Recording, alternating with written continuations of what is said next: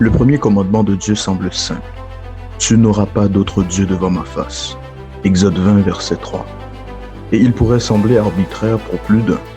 L'est-il réellement? Pas du tout. En réalité, il repose sur un fondement solide, l'alliance entre Dieu et son peuple.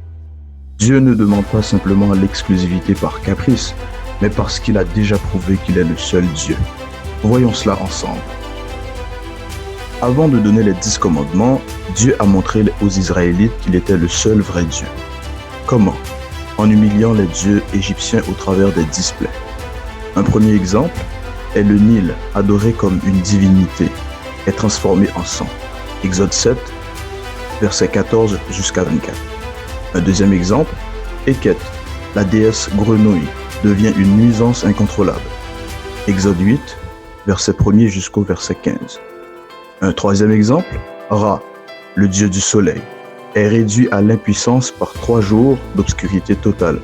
Exode 10, versets 21 à 29.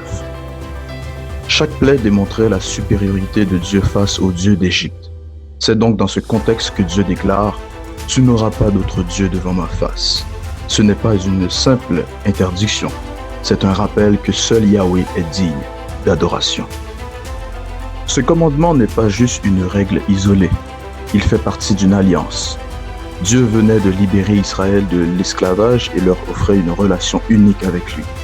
Mais comme toute alliance, il y a des conditions. Prenons l'exemple du mariage, un engagement exclusif entre 2 personnes. Imaginez un époux disant à son épouse « Tu es libre d'aimer d'autres hommes, en même temps que moi. » Ce serait absurde, n'est-ce pas? De la même manière, Dieu demande une relation exclusive avec nous. En d'autres termes, le premier commandement est la part que nous avons à respecter si nous voulons vraiment marcher avec Dieu. C'est un rappel à la fidélité, non par obligation, mais par amour et reconnaissance pour ce qu'il a déjà fait.